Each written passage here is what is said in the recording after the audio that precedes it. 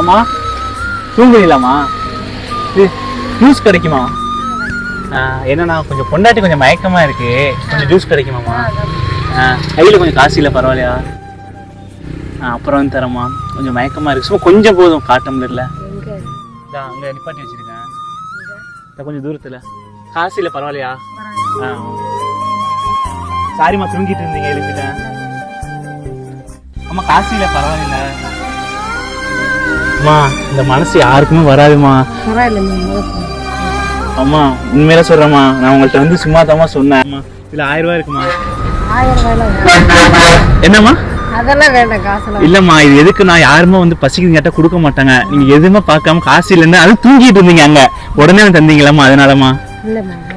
அம்மா ஒரு சின்ன இந்த காசு வந்து யாராவது பசிக்குதுன்னு கேட்பாங்கல்ல, ஏழ்மையானாலே, அவங்க கிட்ட காசு வாங்காதீங்கம்மா, ஃப்ரீயா கொடுத்துருங்கம்மா.